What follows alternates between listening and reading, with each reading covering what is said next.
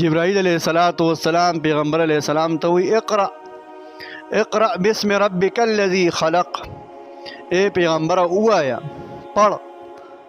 نبی علیہ الصلوۃ والسلام ورته فرمای ما انا بقارئ، زه خو لوستونکی نیمه. نبی علیہ الصلوۃ والسلام یو لقب دی امی.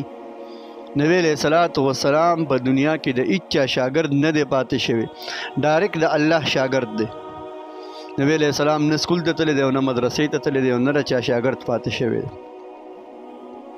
نبی علیہ السلام ورته فرمایي ما انا بقارئ، زه خو لوستل نشم کولی. جبرائیل علیہ الصلوۃ والسلام ځان ته رانږدې که، راجوختې که، زور یې وله ورکه، بیا ورته فرمایي اقرأ لوله. اے جبرائیل زه خو لیکل لوستل پړاول نشم کولی. دوباره بیا و سباره بیا پیغمبر علیہ السلام فرمایي اقرأ بسم ربک الذی خلق.